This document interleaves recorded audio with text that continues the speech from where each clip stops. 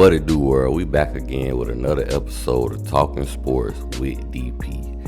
And we gonna talk about week 6 of the Spring Football League, the UFL. So I'm finna hop right into them games, man. We got the first game that was last Saturday.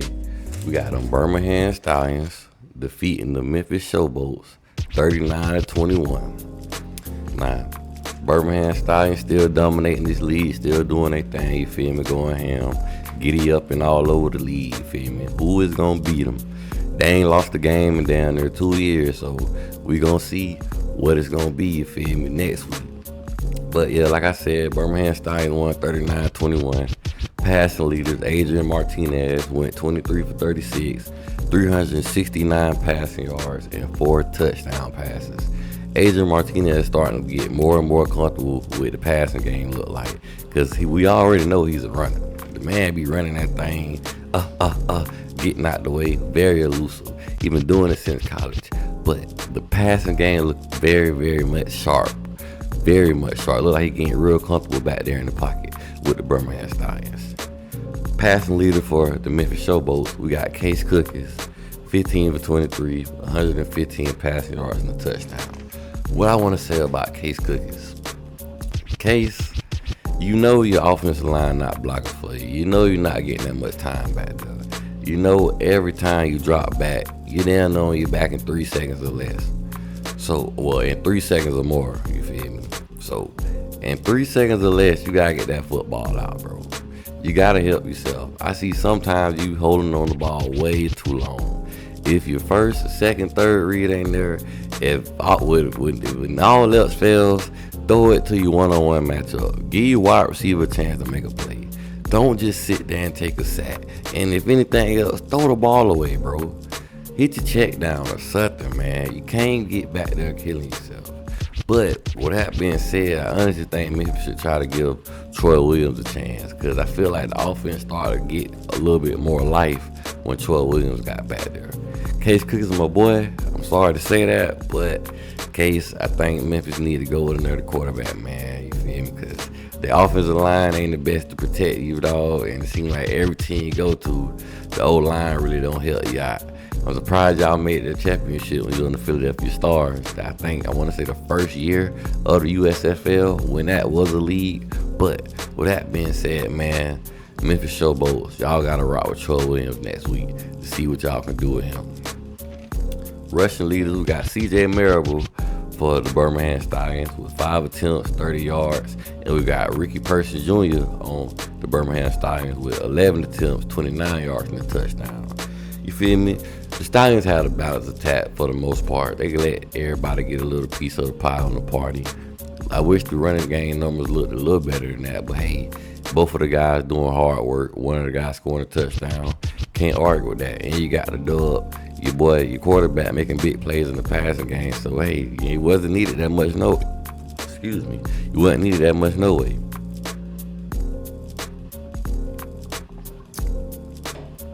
And then for the Memphis Showboats, we got Darius Victor with 11 attempts, 42 yards. Well, the Showboats was managed to run the ball a little bit this week, you feel me? But at the same time, wasn't enough.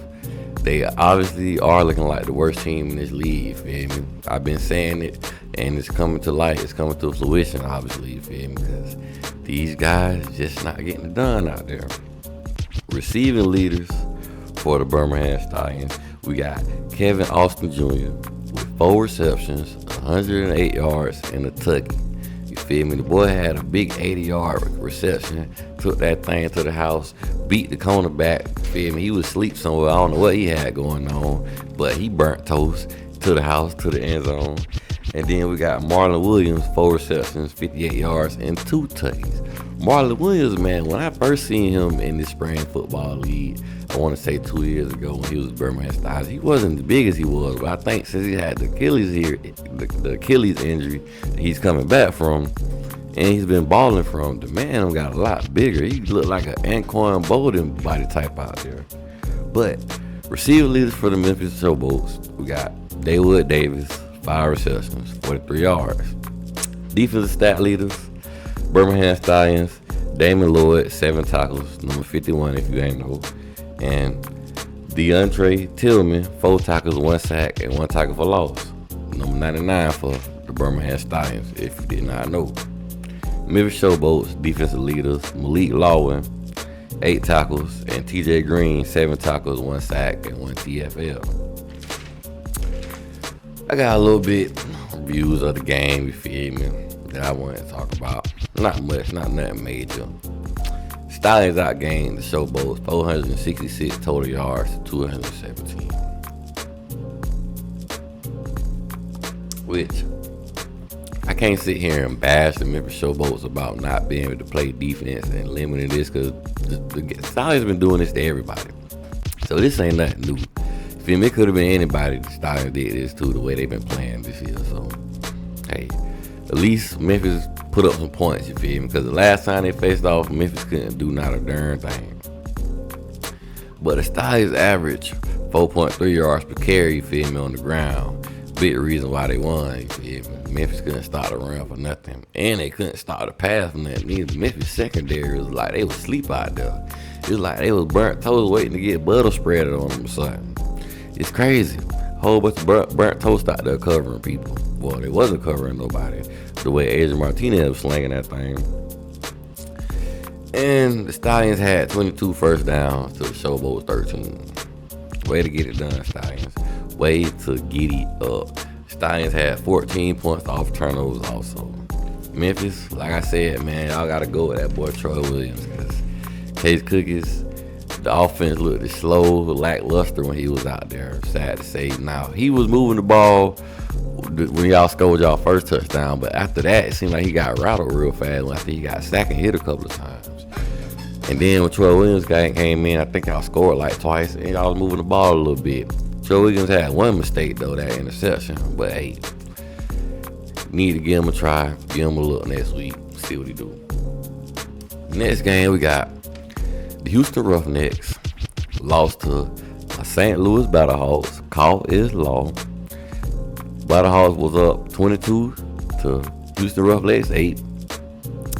Passing leaders, Reed Sennett, went 19 for 34 with 135 passing yards. I don't know if Houston got anything else when it comes to quarterback. Him and Garantino, I think, the other quarterback name that was started before Reed Sennett was starting. But man, you got to get more production, or the offensive coordinator got to design more plays. I really say to get the ball in Mark Thompson hands and Justin Hall hands more. You feel me? Let your playmakers work, man. Don't put all this pressure on Reed Sennett, because obviously being 19 for 35, he's not consistent enough to manage the game, you feel me, and carry all. But for the St. Louis Battlehawks, my boy AJ McCarron, Roll Tide, y'all boys already know, he's a national champion with y'all. 24 for 37, 255 pass yards, and 3 touchdowns. Way to go, AJ McCarron, way to ball. St. Louis Battlehawks passing game is one of the deadliest passing games in the UFL, and I think they got the highest scoring offense in the UFL. So shout out to the Battlehawks, man. Hopefully y'all get there to the championship, because the championship game will be hosted in St. Louis. So if the Battlehawks make it there, I know the turnout gonna be wonderful. Rushing leaders, we got my boy Mark Thompson for the Houston Roughnecks with 13 attempts, 45 yards, and a touchdown. It was a lot of plays that Mark Thompson was making something out of nothing. I ain't gonna cap to you. A lot of them. And if they didn't have him, I don't know what in the world Houston Roughnecks would have done. It probably would have been a lot uglier than it went. Because it was some plays you thought it was going to be a negative play, but Mark Thompson found some way to get some extra yards.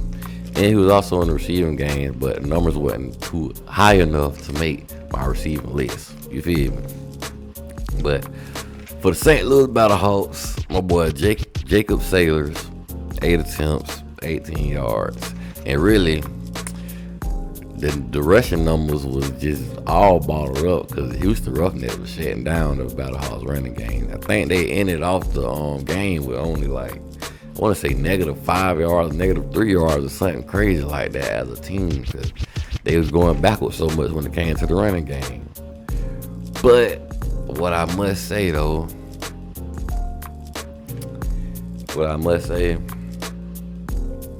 where I was at, Okay, yeah, I'm at receivers now, man. I had almost lost my train of thought. Yeah, receiving leaders, we got Justin Hall for the Houston Roughnecks. My guy had 6 receptions, 59 yards. I feel like they need to get him the ball more. He's a playmaker, you feel me? He can make plays for y'all. I don't understand why y'all not giving my guy the ball more.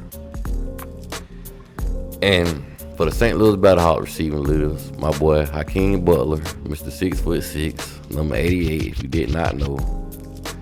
My boy had 6 receptions, 134 yards, and 2 tutties. Man, listen, another year that Hakeem Butler is balling in spring football.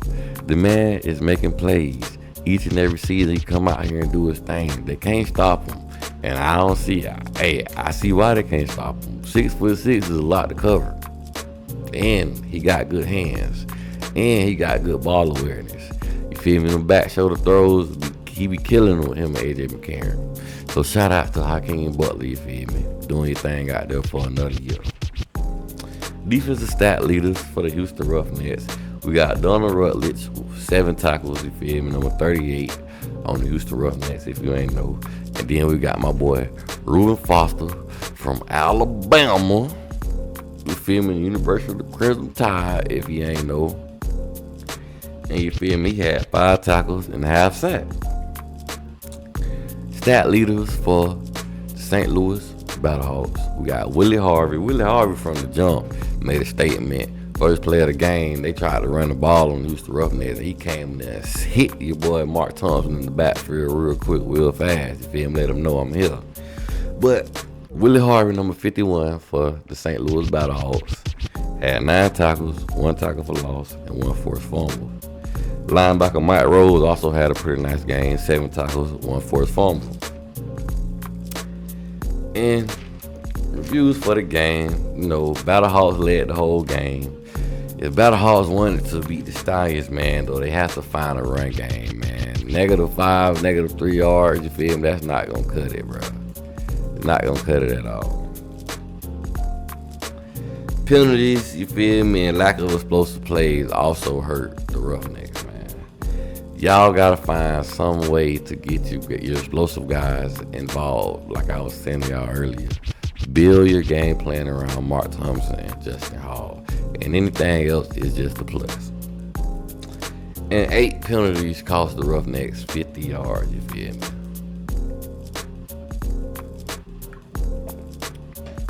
I don't like that my light keep going out. My rain light, but it is what it is, you feel me? Bear with me, y'all been rocking out with my boy, and I appreciate y'all rocking out with your boy, you feel me? Thank y'all for that. I love all my supporters, you feel me? Shout out to y'all. Y'all the real MVPs. The next game up, we got the San Antonio Brahmas going down to the DC Defenders. San Antonio Brahmas lost 12-18.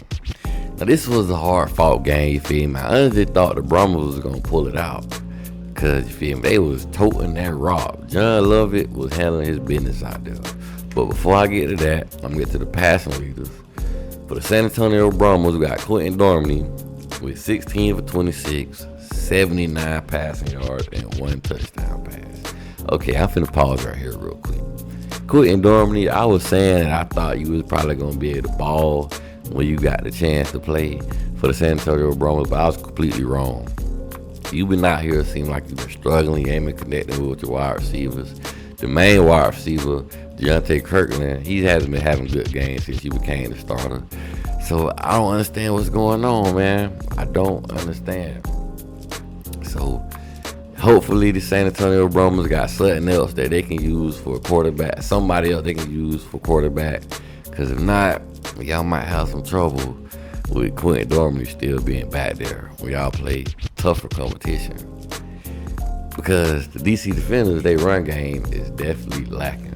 But passing leaders for the DC Defenders, we got my boy Jordan Tiamu, 14 for 22, 179 passing yards, and a touchdown. Jordan Tiamu really is the leader for the DC Defenders because he has to take control of the game and manage the game. But what I will say too, the DC Defenders ran the ball a lot better this week compared to other weeks, you feel me? So That being said, to the rushing leaders, which I'm going to name the guy that really did his thing when it came to running that rock. And that's San Antonio Brahmas, John Lovett. He had 23 attempts, 153 rushing yards. My boy was toting that thing. Mind you, though, DC Defenders' rushing defense really ain't all that. They were in the bottom half of the league when it comes to rush defense. But hey, 153 yards, I ain't finna knock nobody doing that, because you out there playing a grown man sport. And listen, going out there, the way them boys be laying that wood sometime, pause, no diddy, the way them boys be hitting sometime, you feel me? 153 yards is always impressive on any given day and any given league. But rush leaders for the DC Defenders, you got Darius Hagan, 13 attempts, 63 yards. And that boy Cameron Harris, you know it's all about the youth, 9 attempts, 39 yards, and a touchdown. Receiving leaders, we got Cody Lattimore for the San Antonio Brahmas, 6 receptions, 35 yards. And DC Defenders, you got Kelvin Harmon, 8 receptions, 101 yards, and 1 touchdown. Shout out to the DC Defenders, man. Find a way to get it done. This was a close matchup, man. And y'all really need this dub, like I said. But defensive leaders for the San Antonio Brahmas, we got number 15, Jordan Williams, middle linebacker, 10 tackles, 1 tackle for loss. And that boy, strong free safety, Jordan Mosley, with 8 tackles. Man, Jordan Mosley always make the stat list somehow, some way.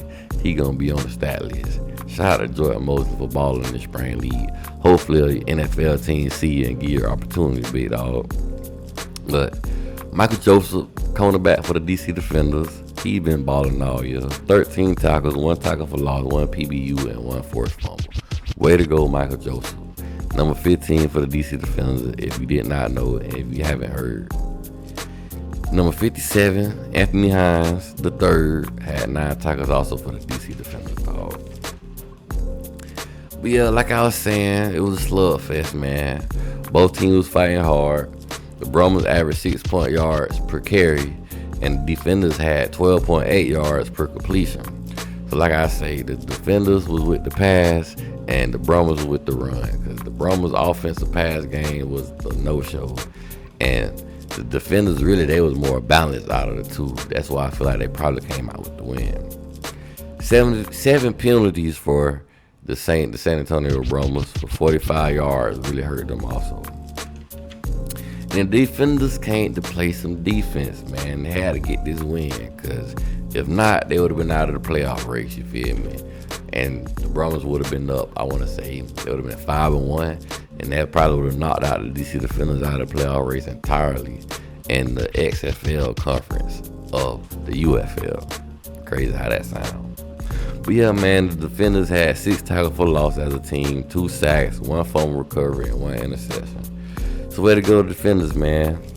That's how y'all need to do it. And for the last game, man, I feel like this was the best game of the weekend, you feel me? And the game I was just talking about before, that was a Sunday game also. And this was the last game on Sunday and the last game of the weekend. And that was the Arlington Renegades losing 27-28 to the Michigan Panthers. It was a close one, went down to the wire. And first thing I want to say is Arlington really lost to the kicker. Jake Bates, this man was 5 for 5, you feel me, from the field goal, you feel me?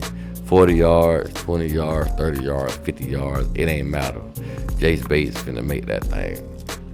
But passing leaders, Luis Perez, I always gotta say my dog name like that, went 24 for 37, 180 yards, man. I be feeling sorry for Luis Perez, man, because he say he don't know if he's gonna give it another run next year or not.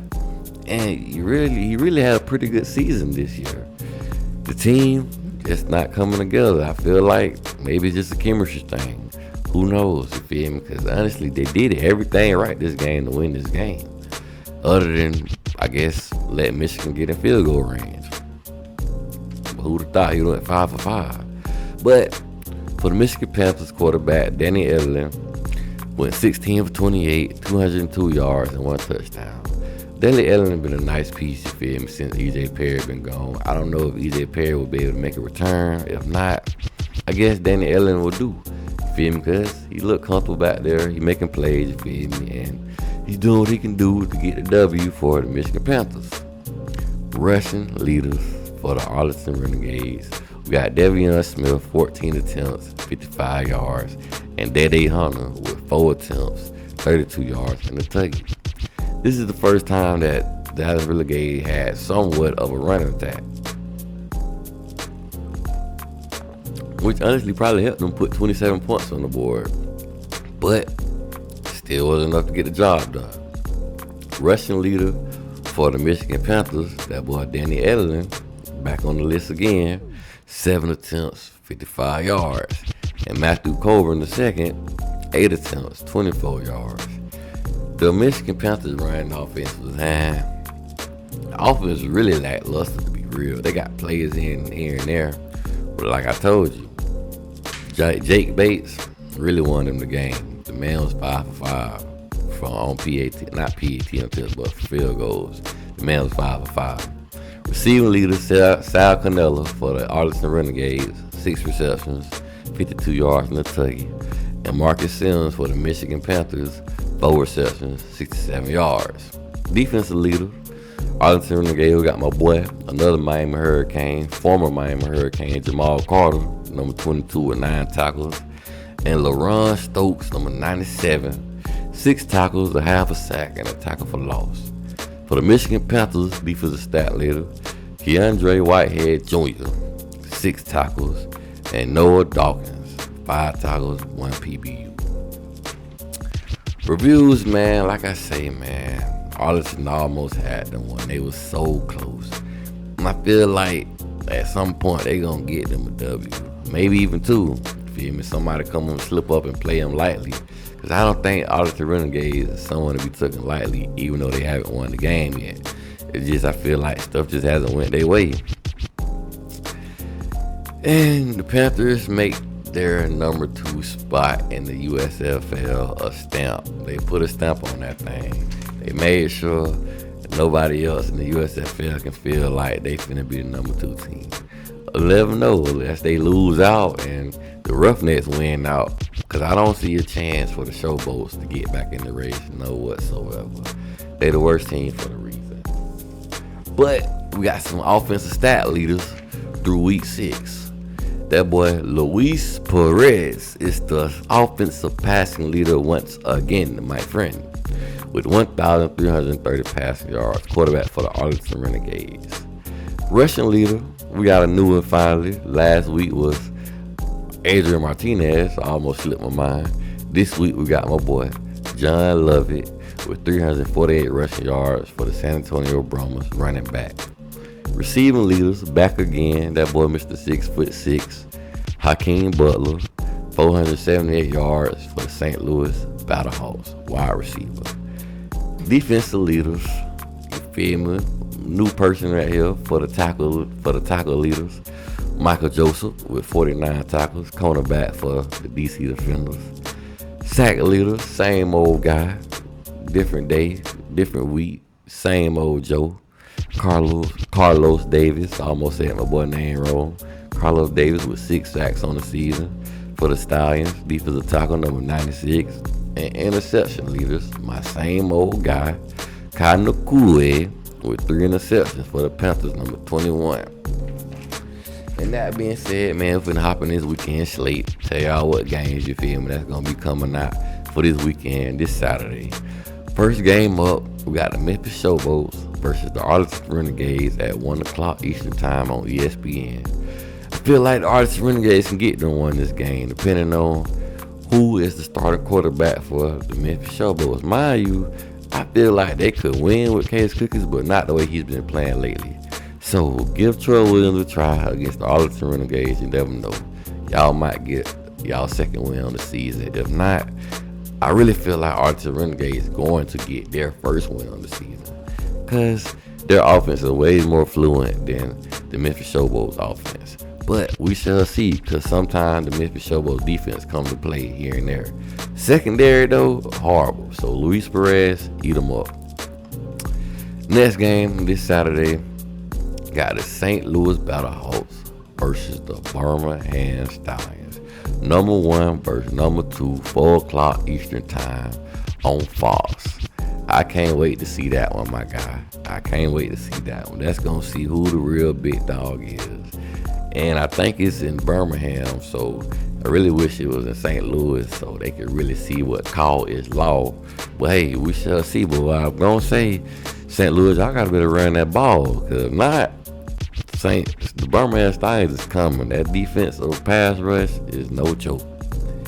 And for Sunday's slate, we got the Michigan Panthers versus the DC Defenders at 12 o'clock Eastern Time on ESPN. That game, I feel like it's a toss-up. They pretty evenly matched. But I'm going to pick the DC Defenders to come out on top in that game. And last but not least, we got the San Antonio Brahmas versus the Houston Roughnecks at 3 p.m. Eastern Time on ESPN. So what I'm going to say about that game, I think, depending on how quick and normally play, I feel like the Birmingham Stallions, not Birmingham Stallions, but the St. Louis Brahmas should be able to get that game, no problem. But when Houston come to play, you never know, they might surprise somebody. But the power rankings, you feel me, for the most part, you guys already got them. I already know who. Number one, the Birmingham Stallions, you feel me, still dominating. Haven't lost since last year. Number two, St. Louis Battlehawks got the best offense in the league. Number three, the San Antonio Brahmas, you feel me? You never know, DC Defenders on their heels though, I feel like. But number four, the Michigan Panthers, you feel me? Michigan, y'all gotta tighten up, y'all gotta keep y'all running game consistent, what I would say, you feel me? And y'all gotta get more fluent and more creative in the passing game on offense. And number five, DC Defenders, man. Honestly, I like what I seen, but y'all gotta find a way to stop the run. Y'all ain't been stopping nobody on the run this year. So you gotta tighten up on defense when it comes to the run game. Number six, you got the Houston Roughnecks. Get your playmakers the ball, man. Get Mark Thompson the ball. Get Justin Hall the ball. Number seven, Arlington Renegades. Find a way to play a complete game, man. Everybody just play a complete game, man, and get the W. And the Memphis Showboats, y'all gotta block some damn body. Block somebody and just block somebody. And secondary, y'all getting burnt out there left and right. Y'all gotta cover somebody. So Showboats, block somebody and cover somebody. And with that being said, you feel me, that's all I got for you for the UFL, my guys. So like, share, subscribe, you feel me, your kid is out. We'll be back again next week with week 7, you feel me. But with that being said, you feel me, like, share, and subscribe. I already said it. But hey, I'm out.